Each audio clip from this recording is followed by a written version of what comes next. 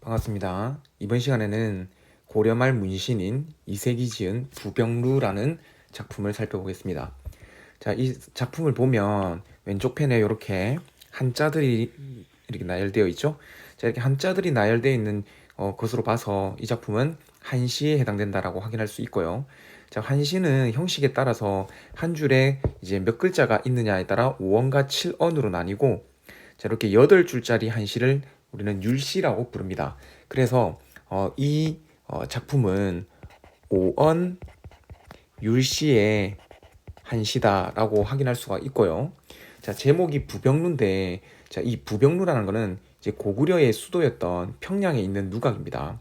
그죠? 자, 그러면 이 작품을 이 부병루를 어떤 소재로 해서 어떤 내용을 다루고 있는지 한번 살펴봅시다. 자, 어제 영명사를 지나다가 라고 했는데, 자, 이 영명사는 이제 평양, 이제 금수산에 있는 절입니다.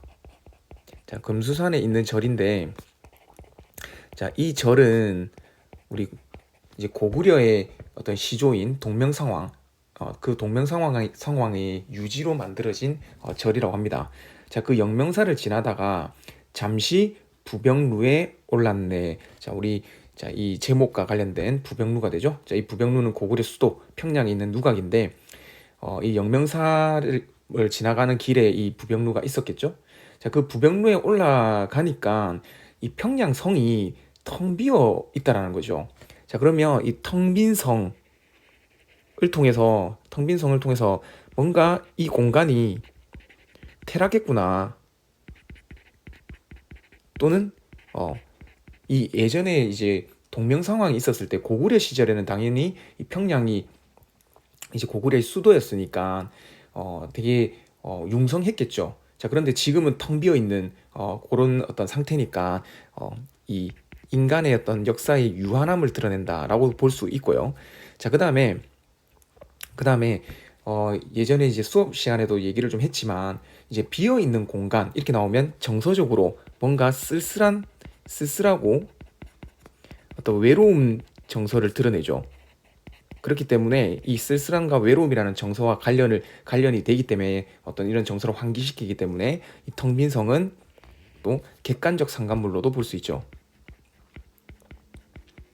자, 그 성에 조각달이 떠 있고라고 하는데, 자, 이 조각달, 자, 달은 자연이죠. 자연물이죠. 자연물은 인간과 달리 무한한 존재입니다. 무한함 또는 영원한 존재죠. 자, 그러면 이 조각달은 예전에 고구려 시절, 동명성왕 시절에도 이 조각달은 떠 있었고, 지금 성이 퇴락해서 텅 빈 성인 지금 현재도 조각달은 떠 있습니다. 자, 이렇게 이 무한함과 어떤 무한한 자연과 유한한 인간을 대비시킴으로써 화자는 어떤 무상감을 느끼고 있다라고 볼 수 있겠습니다. 자, 그렇게 조각달이 떠 있고 천년의 구름. 자, 이 구름도 역시 영원한 자연이죠.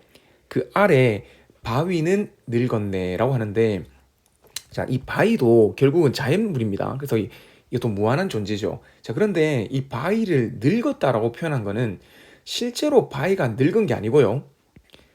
이 시간의 흐름을 시각화해서 보여주기 위한 표현이다라고 보는 게 더 적절할 것 같습니다. 어차피 천년의 구름이랑 이 바위는 모두 다 어떤 자연물로서 어떤 영원한 존재가 되는 거고요. 어떤 무한한 존재가 되는 건데, 자, 그러한 바위마저 늙었을 만큼, 늙었다고 표현할 만큼 어떤 시간이 많이 흘렀다라는 것을 드러내는 거고요. 자, 그리고 뭐 이렇게 늙었네라는 표현은 일종의 또 화류법으로 볼 수도 있겠죠.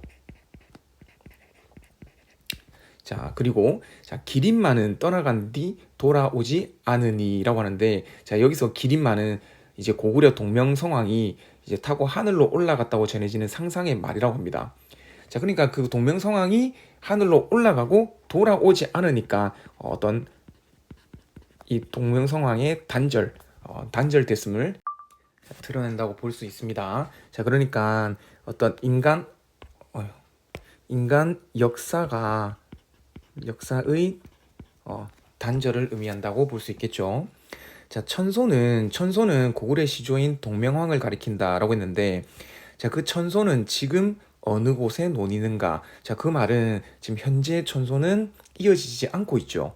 자, 그러면 이 천소는 역시 어떤 인간의 역사, 유한한 인간의 역사를 가리키는 말이고, 지금 어디에서 어느 곳에서 논이는가? 이 표현은 두 가지로 해석이 가능합니다.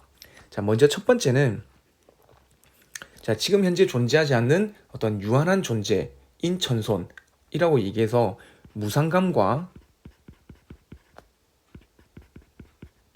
자, 탄식을 드러내는 표현이다. 자, 이렇게 해석할 수 있고요. 자, 그 다음에 두 번째. 자, 지금 이색은 고려 말 문인으로서 이제 고려가 거의 쇠락해서 거의 망하기 직전에 있는 상황입니다. 자, 그런 상황에서 동명학이 다시 돌아와서 이 쇠락한 고려를 다시 일으켜 세워주기를 바라는 마음을 담는다라고 볼 수 있겠죠. 자, 그러니까 천소는 지금 어느 곳에서 논이는가? 이 말은 동명왕이 돌아오기를 바란다라는 표현이고, 자, 이런 표현은 일종의 우국지정, 나라를 걱정하는 마음을 담았다라고 해석할 수 있겠습니다. 자, 그리고 이제 돌다리에 기대어 길게 휘파람을 부노라라고 얘기하는데, 자, 휘파람을 부노라, 청각적 심상을 쓰고 있죠. 자, 그런데 자, 지금 이런 기린마도 없고 텅 빈 성에 기린마도 없고 천선도 없는, 자, 그런 어떤 모습을 보면서 불고 있는 휘파람, 뭔가 어떤 느낌이 드나요? 뭔가 처량하고 뭔가 쓸쓸하고 이런 느낌이 들죠. 그래서 이런 청각적 심상을 통해서 뭔가 쓸쓸하고 어떤 처량한 어떤 비애, 자, 이런 어떤 정서를 드러낸다 볼 수 있습니다. 물론 이 부분도 역시 무상감과도 연결시킬 수 있겠죠. 자, 이런 표현은 우리 원천석의 시조라든가 길제의 시조, 즉 고려 말 문인인 원천석 길제의 시조를 살펴봐도, 자, 이렇게 휘파람을 불고, 자, 이런 청각적 심상을 통해서 무상감을 드러내는 표현이 똑같이 나옵니다. 자, 그것도 한번 같이 찾아보면 좋을 것 같습니다. 자, 그 다음 마지막 구절입니다. 자, 산은 오늘도 푸르고, 자, 일단 산은 자연을 의미하기 때문에 오늘도 푸르고, 옛날에도 푸르렀고, 그냥 고구려 동명왕 시절에도 푸르렀고, 오늘도 푸르니까 영원한 존재죠. 자, 이런 시각적 심상을 통해서 역시 영원한 존재임을 드러내고 있고요. 자, 강은 절로 흐르네. 이 강도 마찬가지죠. 자, 강도 어떤 자연물로서 계속 영원히 흐르는, 그죠? 그런 어떤 영원한 존재임을 역시 시각적으로 드러내고 있네요. 자, 그러면 이 산과 강은 영원한 무한한 자연이기 때문에, 자, 얘는 어떻게 어떤 유한한 인간의 역사와 대비가 되는 구절이라 볼 수 있겠죠. 대비가 되는 어떤 존재라고 보면 역시 이런 대비를 통해서 무상감을 강조하고 있다. 자, 이렇게 해석을 할 수 있습니다. 자, 그래서 이 시는 전체적으로 느껴지는 정서가, 자, 이런 무상감과, 그렇죠? 무상감과 또는 우국지정, 이런 쓸쓸함, 비애, 자, 이런 감정들이 주로 느껴진다라고 볼 수 있겠네요.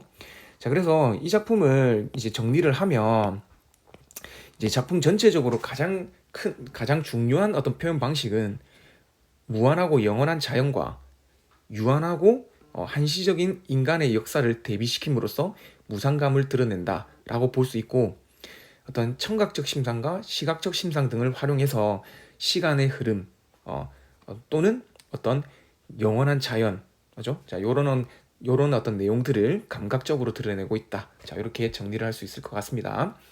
자, 그러면 다음 페이지에는 이 작품 해설과 그 다음에 핵심 정리 부분이 있는데, 자, 요런 내용들을 한 번씩 좀 읽어보면 좋을 것 같아요. 자, 특히 이 작품에 드러난 정서는 어떤 자연에서 느끼는 인간의 역사의 무상함이 있고요. 자, 이를 통해서 지난 역사의 해고와 고려 국운 회복의 소망. 자, 요거는 우리 천소는 지금 어느 곳에서 논의는가를 우국지정으로 해석하면, 자, 요런 두 번째 주제가 만들어질 수 있겠죠. 자, 나머지는 한 번씩 쭉 읽어보시고 한번 부병루를 정리해 보시기 바랍니다. 자, 그럼 수고했습니다.